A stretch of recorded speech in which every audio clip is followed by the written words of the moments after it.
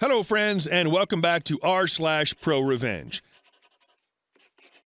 Today, we have a couple of brand new crazy revenge stories for you.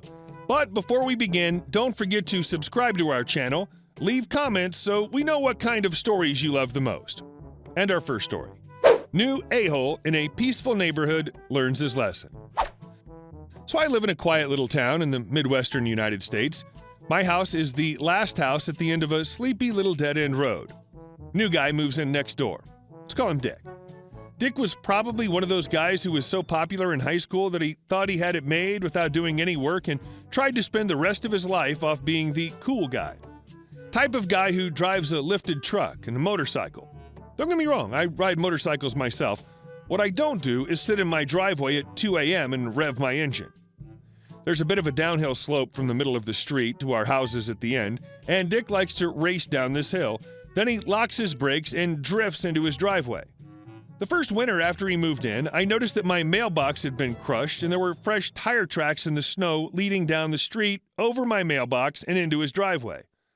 A few days later, I see Dick standing outside and ask about it. He denies the entire thing and says he didn't know what happened to my mailbox and that it must have been a delivery guy or something.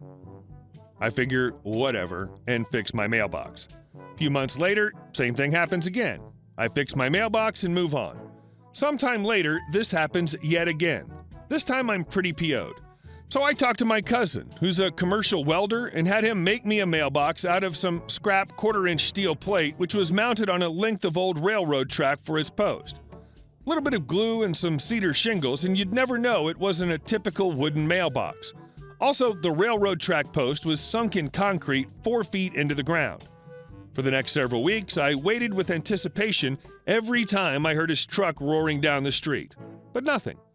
Until about 5 months later, when I heard his truck, then a crash. By this time, I'd forgotten about my mailbox and thought he'd struck another car. I ran out to the street to see if anyone needed help, and there was his truck, broadside against my mailbox, all smashed up. He saw me walk up and started yelling about how I'd destroyed his truck and he'd make me pay, and he called the cops. A cop showed up to take his report, and Dick pointed out how my mailbox had been specifically designed to destroy his truck. I gotta admit, I got nervous at this point.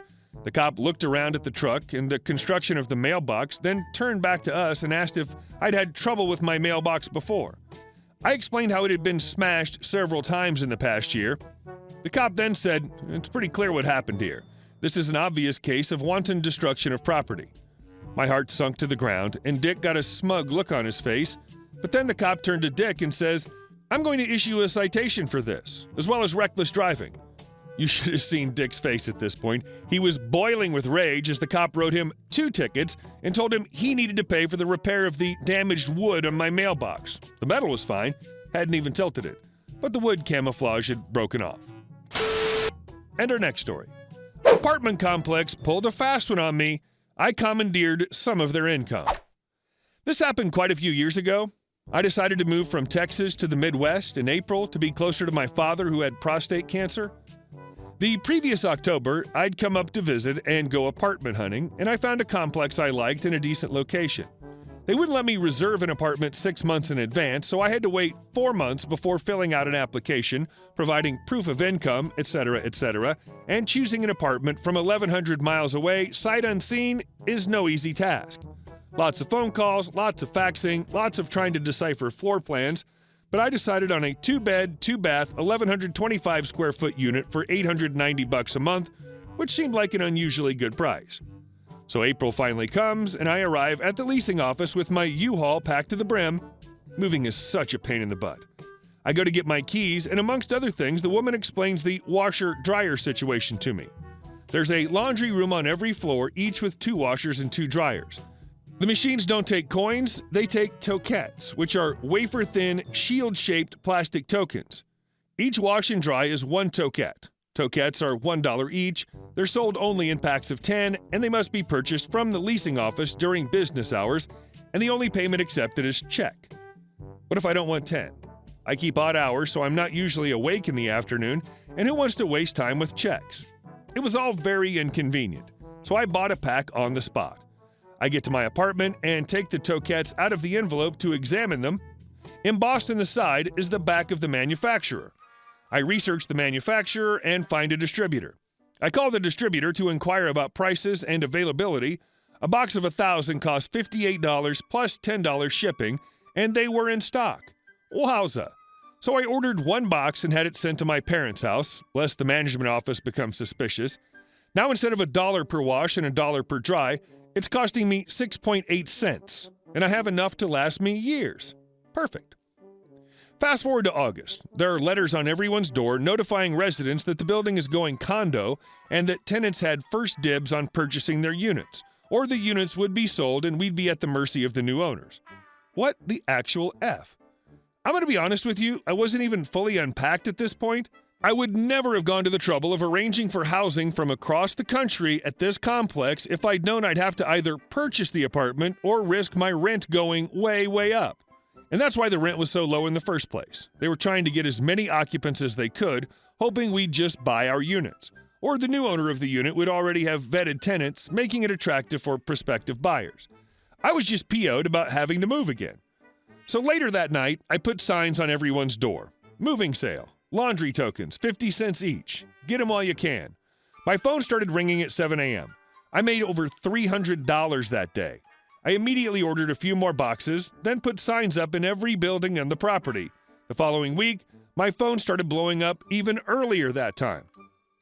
I moved out at the end of my lease, but the orders kept coming. I'd divvy up each new box of tokens into little zip baggies, 10, 20, 25, 50, 100 count increments. My customers' phone numbers were stored in my phone by building address and unit number. When they called, something like 4100 number 215 would show up on my caller ID. They'd tell me how many they needed, and I'd deliver to their door. I was like a drug dealer. I made several deliveries a week for a year. But then the machines were switched to coin-operated ones, and now they were calling for refunds. The management office was refunding residents full price for their unused tokens, so I instructed them to discard the little baggie they came in, take them back to the office, and they'd be given a full $1 for each one, netting them a profit of 50 cents each. In the end, I made about $3,000, which means I bilked the complex out of $6,000. I have no idea if the sharp decline in token sales was the impetus behind the switch. Steal my security deposit and ignore me for a year? Say goodbye to your staff and reputation. So background. Around Thanksgiving 2017, my wife's company offered her a fantastic promotion, which she accepted even though it meant moving across the country by January 1st. The month of December was insanity.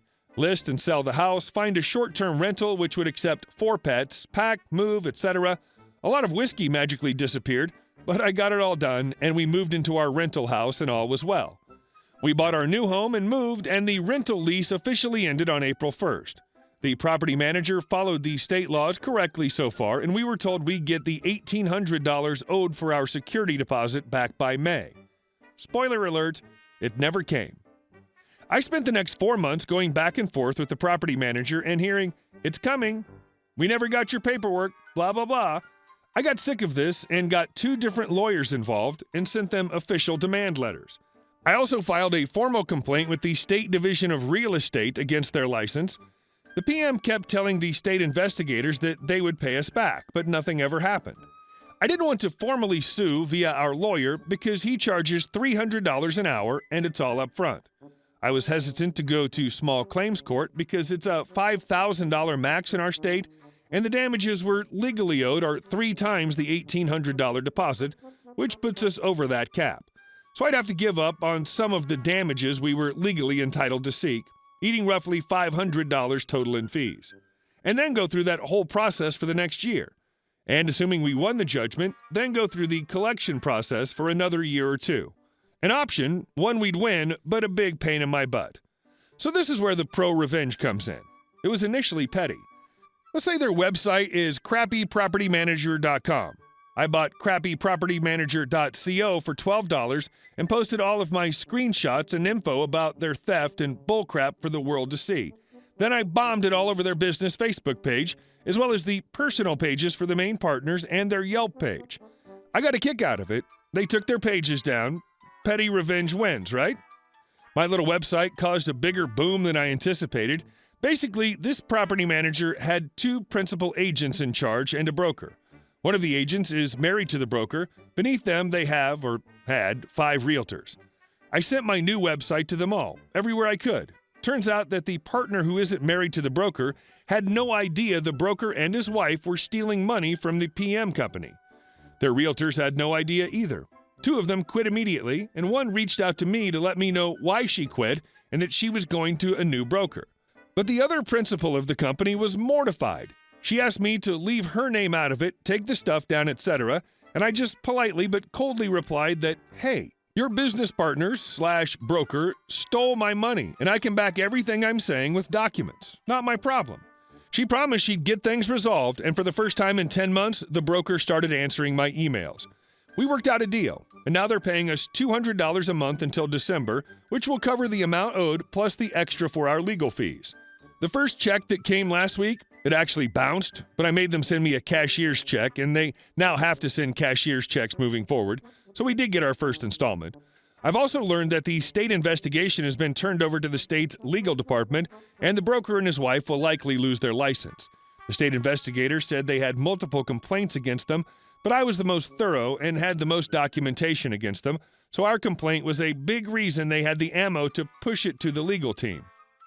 So all told, my crappy little website ended up costing them 40% of their real estate team, resulted in them removing their business Facebook listings, pushed the investigation into their license over to a state legal team, still ongoing, and resulted in them having to finally start paying us not only the $1,800 we're owed, but the legal fees I spent on top of it. Oh, and that check that bounced? I made them send me a certified check for $12 to cover the bank fee for that too. I hope you're keeping your website up until they finish paying what they owe you. Hey guys, thank you all for watching the video to the end, and I'll see you in the next one with more great stories and crazy people in it.